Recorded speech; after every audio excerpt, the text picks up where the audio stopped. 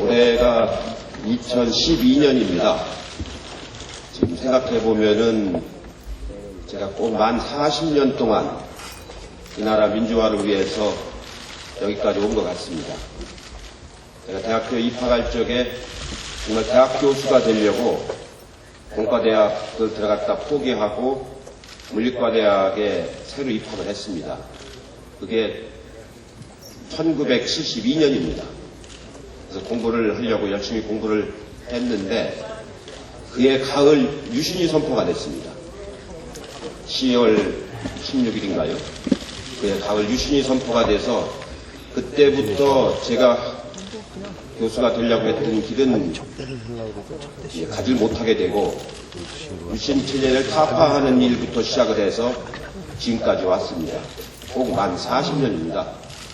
생각해보면은 참 그동안에 여러 가지 좀 기구한 그 과정을 많이 겪었고 또 국민들로부터 엄청난 사랑도 받았고 여기까지 왔습니다.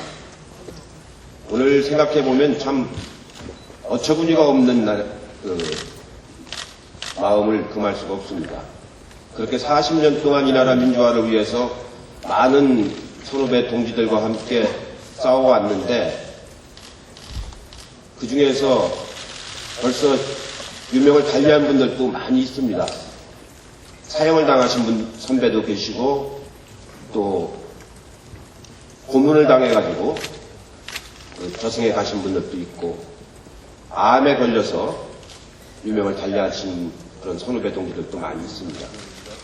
그렇게 살아왔는데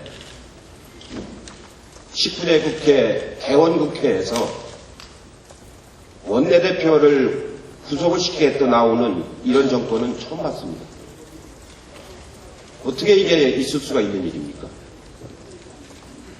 19대 국회, 대원국회에서 제1야당의 원내대표를 구속을 시키겠다고 나오는 검찰, 이게 과연 대한민국의 검찰인지 어느 나라의 검찰인지 제 판단이 안 섭니다. 그렇게 40년을 싸웠는데도 이 나라의 검찰이 아직도 권력의 신의 노릇을 하고 있다고 생각하니 참 어처구니가 없습니다. 그리고 집권을 하겠다는 새누리당이 검찰의 체포영장이 국회에 오기도 전에 전당대 일정까지 바꿔가면서 제1야당의 원내대표를 꼭 구속을 시키겠다고 지금 작전을 짜고 나오고 있습니다. 우리 보고 방탄국회라고 하는데 정말로 정도원 의원은 자기가 돈을 받은 사실을 시인했는데도 새누리당이 반대해서 체포를 못하게 만들었지 않습니까? 새누리당이 지금 방탄국회를 하고 있는 거 아닙니까? 그럼에도 불구하고 전혀 혐의 사실이 인정하지 않는 박 전 원내대표를 구속시킨다고 하는 것은 전혀 적반하장입니다. 있을 수가 없는 일입니다. 이 나라 검찰을 제대로 개혁하지 않고서는 언제 누가 또 끌려갈지 모릅니다. 저에 관한 수사도요, 여러 차례 했습니다. 계좌 추적을 엄청나게 했습니다. 제가 노무현 대통령 기념사업회 준비위원장을 맡을 때 그 모금을 제 이름으로 했습니다. 그 계좌를 다 추적했지 않습니까? 벌써 몇 년째입니까? 이런 검찰이 이번 대통령 선거를 새누리당 쪽으로 운동을 해주고 있는 거 아닙니까, 지금? 여기 계신 한명숙 전 총리 서울시장 후보로 유력해지니까 반드시 그걸 못하게 막으려고 갑자기 2009년 12월에 허위사실을 유포를 해가지고 그걸 언론이 몇 달을 우려먹었습니까? 서울시장 끝날 때까지, 끝나기 직전에 4월에 무죄가 날 듯 하니까 또 하나 또 조작을 해서 또 하고 그래가지고 서울시장 결국 떨어뜨렸지 않습니까? 그걸 또 하겠다는 겁니까? 이번 대선에. 우리 당 의원에 대해서 계좌 추적을 여러 명을 지금 하고 있다고 그럽니다. 하나를 잡아놓고 그 다음에 또 하나 하고 이렇게 선거 끝날 때까지 우리 당에 대해서 계속 이 공작을 해가지고 선거의 이슈를 이쪽으로 끌고 가자는 겁니다. 우리는 이거 방어하다가 선거 끝나고 맙니다. 1992년에 이선실 사건으로 대통령 선거 완전히 죽을 썼습니다. 우리 당 의원 중에 일부가 혐의가 있다고 해가지고 그걸 전부 다 우리 당 걸로 만들어가지고 온통 선거의 이슈가 이선실 사건밖에 92년에 기억이 안 납니다. 이렇게 해서 검찰이 이번 대통령 선거를 이렇게 끌고 가려고 하는 걸 절대로 우리가 용납해서는 안 됩니다. 이제 그런 시대가 아닙니다. 21세기에 들어와서 벌써 우리가 국민의 정부, 참여정부를 거치면서 이 나라의 민주주의의 골간을 많이 만들어 놨습니다. 그렇기 때문에 이제 우리도 그런 저질 공작에 당하지 않을 뿐더러 우리 국민들도 이제 정치의식이 굉장히 성숙하셔서 그런 거에 이제 당하지 않습니다. 비록 그 검찰은 자기 수준에서 그렇게 할지 몰라도 이제 우리 국민들은 절대로 그런 수준에 넘어가지가 않습니다. 다만 일시 현혹될 뿐입니다. 저는 분명하게 말씀을 드립니다. 적어도 검찰이 확실한 증거와 혐의가 있다고 하면은 기소를 하란 말입니다. 기소를 해서 법정에서 정정당당하게 다툼을 가지면 될 거 아닙니까? 실제로 한명숙 전 총리가 지난번에 재판을 받을 때 일체 검찰에 가서 대꾸를 안 했습니다. 대꾸를 안 하니까 자기들이 가지고 나온 게 법정에서 다 깨져요. 거기서 대꾸를 하면은 대꾸한 걸 근거로 해서 다 혐의 사실 다시 조작을 합니다. 자본은 피의자를 가지고서, 구속돼 있는 사람을 가지고서. 그 사람은 자기 목숨만 살려고 검찰이 허락한 대로 다 하는 거예요. 대꾸를 하면은 그렇게 공작을 해온 사람들입니다. 똑같이 이번에도 그런 수법을 쓰려고 하는 겁니다. 왜 당당하면 안 나오느냐? 당당하니까 안 나가는 겁니다. 법정에 가서 얼마든지 싸울 자신이 있으니까. 검찰이 정말로 기소할 자신이 있다면 빨리 기소를 하란 말입니다. 그리고 우리 형사소송법 원칙이 불구속이 원칙입니다. 증거인멸이나 도주의뢰가 있을 때만이 구속을 하는 것이지 증거는 검찰이 다 자기들이 가지고 있다는 얘기고 도주인멸은 아예 있지도 않은 것이고 왜 기소를 못합니까? 저는 우리 당의 명운을 걸고 이런 검찰한테는 당당히 맞서서 전 싸우겠습니다.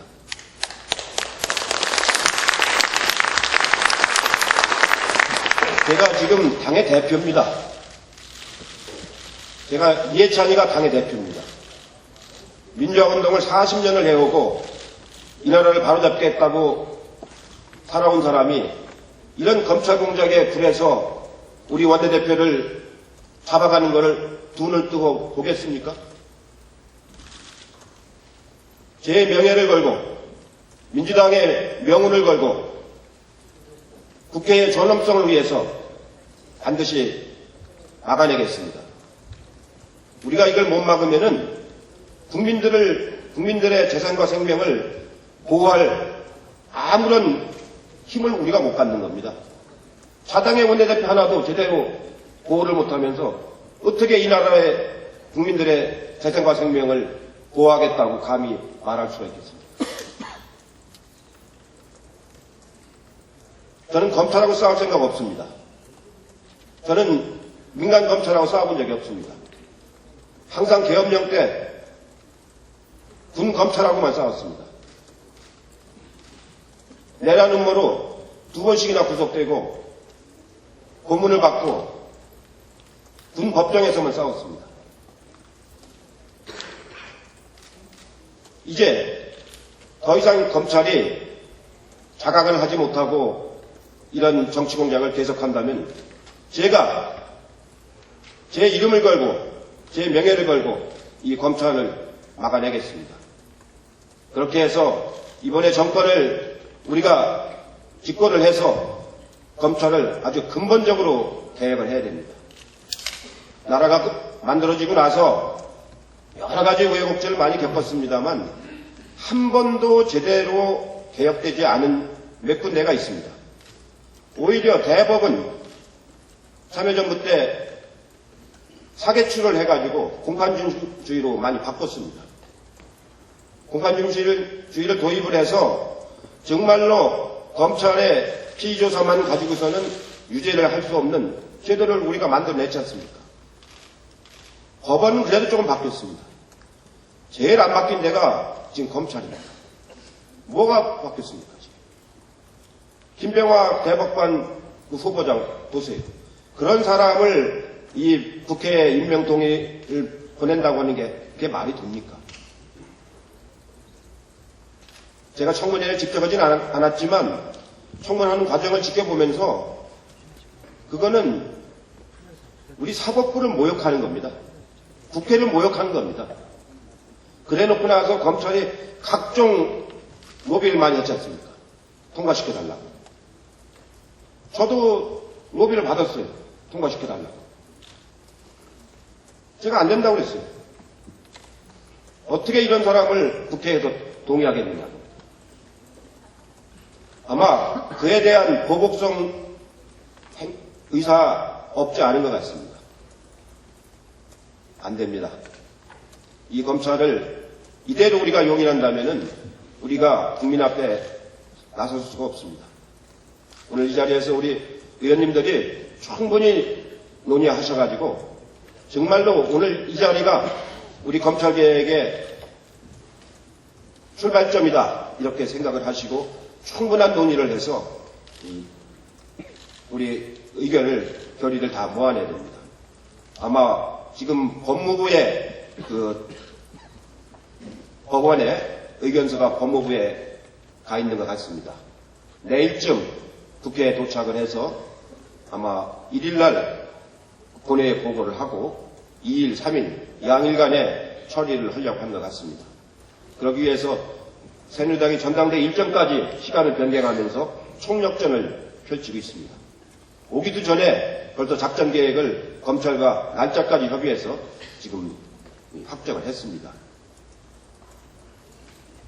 오늘 이 자리가 정말로 우리의 당의 명운을 거는 그런 자리가 될 것이라는 결의를 가지고 충분히 논의해서 좋은 지혜를 많이 만들어서 반드시 막아내는 자리가 되기를 바라겠습니다. 고맙습니다.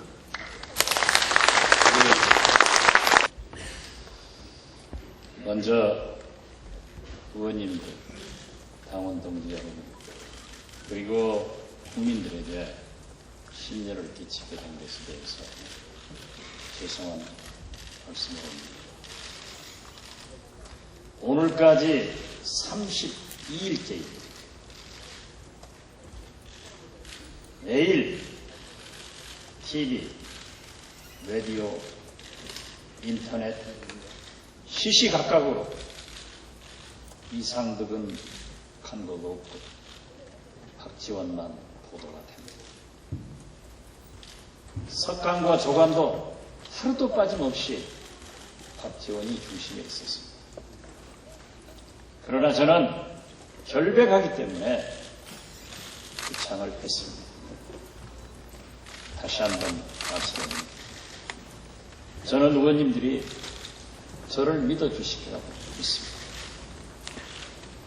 어떠한 경우에도 저는 그러한 사실이 없기 때문에 줄기차게 얘기를 했습니다.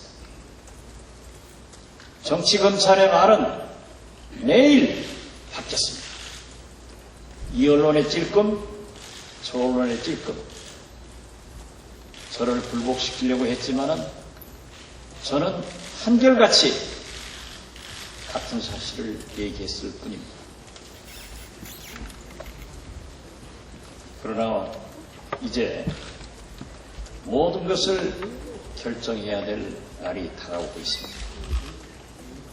저는 다시 한번 저의 결백을 부착합니다.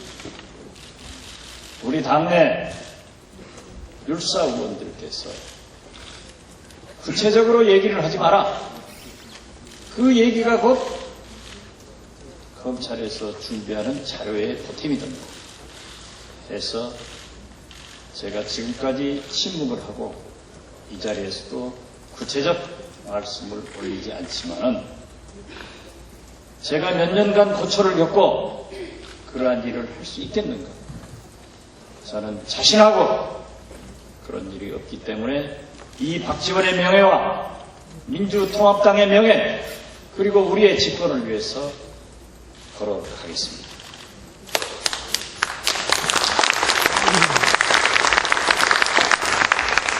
저와 함께 하십시오. 그리고 저도 당을 위해서 지난 18대처럼 19대에서도 열심히 하겠습니다. 의원님들의 많은 성원을 바랍니다. 아니 지원을 바랍니다. 박지원을 지원하면 잘 됩니다. 감사합니다. 제가 저의 고통스럽고 쓰라린 경험을 또다시 이야기하는 이런 시대가 안 왔으면 좋겠다 그런 생각을 했습니다만 불행하게도 우리는 또다시 이런 얘기를 함께 나눌 수밖에 없는 그러한 잔혹한 시대 그리고 민주주의가 파괴된 시대를 맞이한 것 같습니다. 여러분들께서 언론을 통해서 제가 그동안 겪었던 얘기를 간간히 들으셨을 것이라고 생각되지만 그래도 사실 내용은 잘 모르실 것 같습니다. 2009년 12월 4일 조선일보 1면에 한명숙 수만불 수수 1면에 탑으로 났습니다. 너무나 깜짝 놀라서 뒤통수를 망치로 맞고 정신을 차릴 수가 없었습니다. 도무지 무엇을 가지고 그러는가. 그래서 저는 그 내막을 알아보기 시작했습니다. 그것이 2010년도에 있었던 지방자치 선거, 제가 서울시장 유력한 민주당의 후보로 거론되던 때였습니다. 제가 민주당 서울시장 후보로 나갈 것이냐 말 것이냐는 제 스스로는 아직 결정하고 있지 않았습니다. 왜냐하면 제가 국무총리를 한 사람이 서울시장을 이렇게 또 출마를 해야 되는가. 왜냐하면 저는 돈도 없고 원외였고 그리고 특별히 제가 꼭 서울시장을 나가야 될 이유는 없었습니다. 그러나 한간에서 굉장히 유력하게 거론이 되고 있었을 때 이런 상황이 벌어졌습니다. 2010년 3월에 제가 결국은 재판을 받게 됐습니다. 사실 저는 어떻게 보면 원외로 이제 정계를 거의 은퇴해야 될 그러한 이제 시기에 있었기 때문에 국민들에게 잊혀져 있었습니다. 그런데 이 정치 검찰의 재발의 족쇄를 채우는 바람에 저는 일약 대스타가 됐습니다. 그래서 국민들에게 알려지기 시작했고 국민들이 이 사건에 대해서 초미의 관심사를 가지고 들여다보게 됐습니다. 그러나 저는 너무나 터무니없는 이 조작극에 당당했지만 참으로 괴로웠습니다. 이 점을 여러분들께서 특별히 염두에 두고 들으셨으면 좋겠습니다. 제가 돈을 받을 줄도 모르고 돈을 받을 생각도 하지도 않았던 사람인데 이렇게 돈을 받았다고 대서특필하니까 그리고 그 이후에도 피의사실 공표를 수도 없이 했습니다. 박지원 대표께서 32일 동안이나 계속해서 언론에 대고 쏴대니까 이상득은 사라지고 박지원만 남았다고 했듯이 저도 하고 한 날 언론에 나기 때문에 많은 사람들이 저 깨끗한 것 같은 한명숙이 돈을 받았나 보다 이런 생각을 하기 시작했습니다. 그리고 우리 당의 많은 의원들도 한명숙이 돈을 받았나? 이런 의심을 하기 시작했습니다. 저는 당당했기 때문에 재판을 받는 것은 두렵지 않았습니다. 제 생각에 이 사건을 가지고 사형을 주겠는가, 무기를 주겠는가? 나는 떳떳하다. 얼마든지 기소해서 재판하자. 이런 것이었지만 제가 두려웠던 것은 검찰의 이런 행위가 반복해서 피의 사실을 계속 언론을 통해서 내보내는 경우에 국민들도 또 잘 아는 동지들도 돈을 받았을 것이다. 돈을 안 받았는데 저렇게까지 할 수 있을까? 이런 생각을 하는 것을 심어주는 것, 그것 자체가 두려운 것입니다. 그래서 저는 말도 못하게 괴로워했습니다. 대인 기피증도 생기고 사람을 만나기도 싫고 그때 저를 구해준 사람이 있습니다. 바로 여기 앉아 계신 이해찬 총리입니다. 이해찬 대표입니다. 이 사건이 신문에 보도되자마자 의원들이 이해찬 총리를 찾아가서 총리님, 한명숙은 이제 끝났습니다. 서울시장 후보는 다른 사람으로 결정해야 되겠습니다. 총리님이 나가시면 어떻습니까? 이런 얘기를 이 총리님한테 가서 했습니다. 이 총리님이 그때 제가 나중에 후일담으로 들은 얘기입니다만 어떻게 자네들이 정치를 이렇게 하는가? 정치를 이렇게 배웠는가? 이것은 한명숙 개인의 사건이 아니다. 가장 깨끗하다고 국민들에게 알려져 있는 한명숙을 통해서 이 진영을 지방자치 선거를 있는 이 시기에 무너뜨리려고 하는 공작이다. 정치를 그렇게 해서는 안 된다. 한명숙이라는 이 벽을 우리가 뚫지 못하면 어느 누가 선거에 서울시장 후보로 나간다 하더라도 우리는 질 수밖에 없다. 그렇기 때문에 이거는 개인의 문제로 보지 말고 우리 민주 진영의 문제로 봐야 된다. 대책위원회를 결성하자. 이렇게 했습니다. 그래서 각 야당 대표들이 모이고 또 민주주의를 민주화 운동을 했던 많은 훌륭한 분들이 함께 모여서 대책위원회를 만들어서 저에게 힘을 실어줬습니다.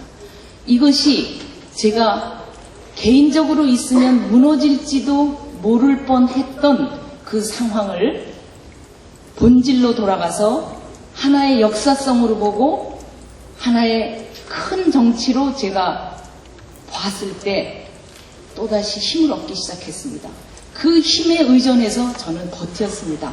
사실 그 힘이 없었다면 저는 버틸 수 없었을 것 같습니다.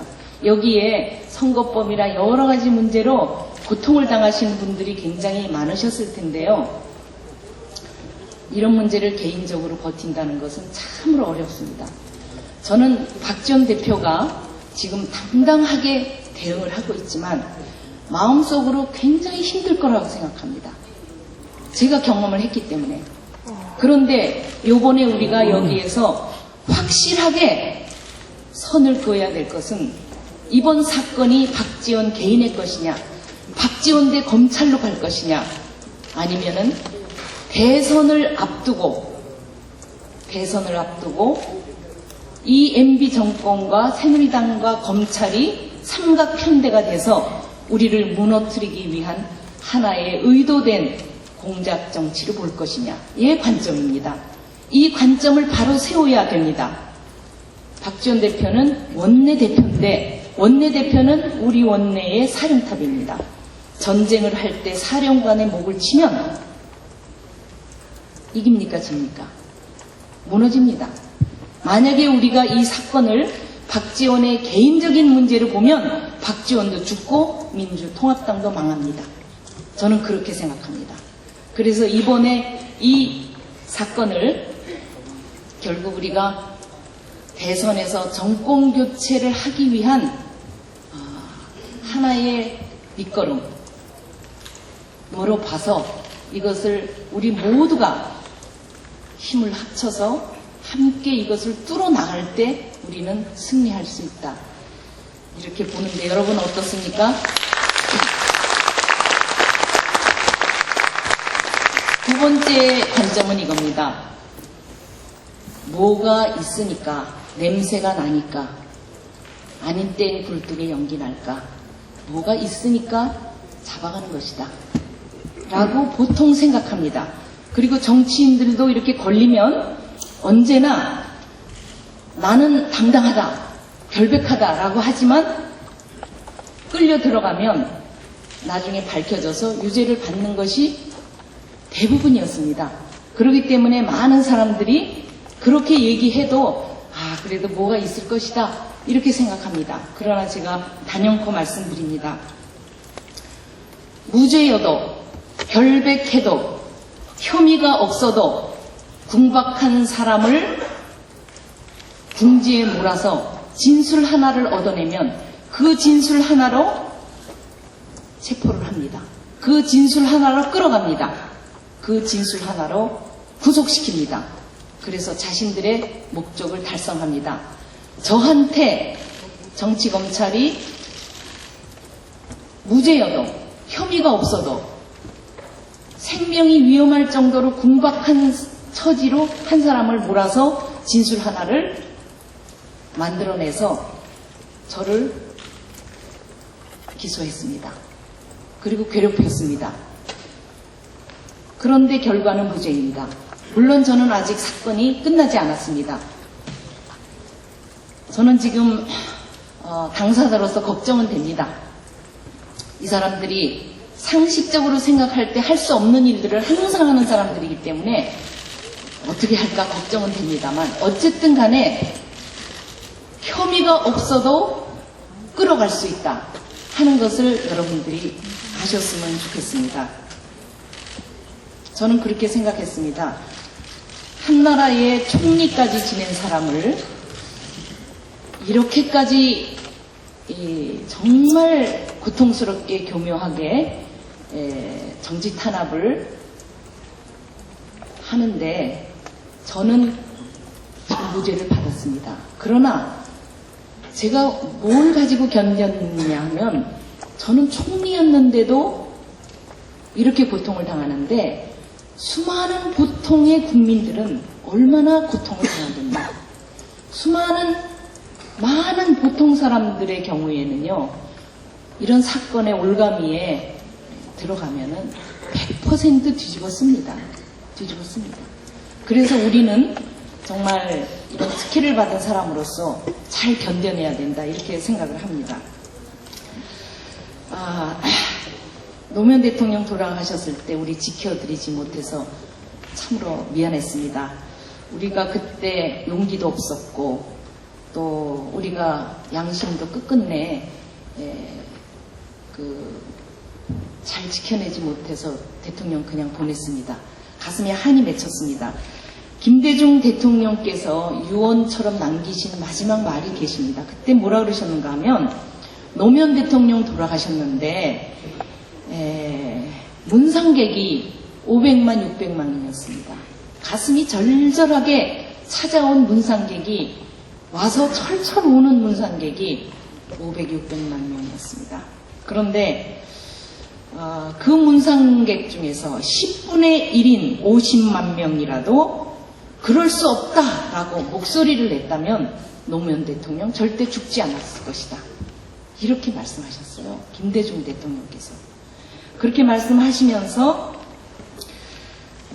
우리가 민주주의를 지키려면 민주주의를 지키기 위해서 싸워야 된다.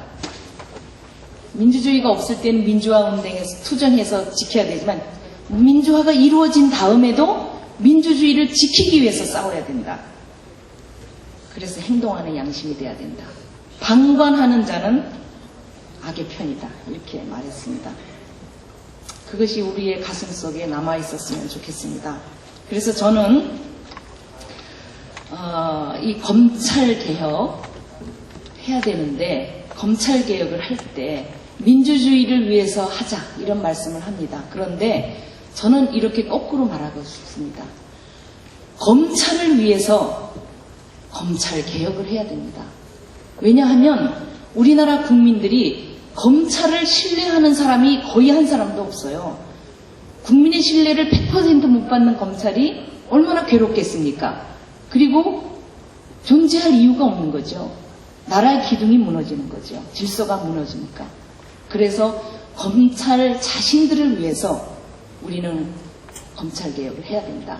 이번에 박 전 대표 지켜야 됩니다. 그리고 박 전 대표는 박 전 개인이 아닙니다. 우리 모두의 일입니다. 그래서 이것을 우리가 다 같이 127명이 함께 힘을 합쳐서 단결해서 뚫을 수 있다면 정권교체 할 수 있습니다. 합니다, 여러분. 박수 치십시오. 만약 박 전 대표 개인적인 문제로 당신 개인이 해결하시오 하면서 박 전 사령관을 무너뜨리면 박 전 대표도 죽고 우리도 죽습니다. 명심하고 함께 손잡고 이 어려운 마지막 관문을 우리가 뚫고 나가기를 여러분 정말 바라겠습니다. 열심히 하겠습니다. 고맙습니다.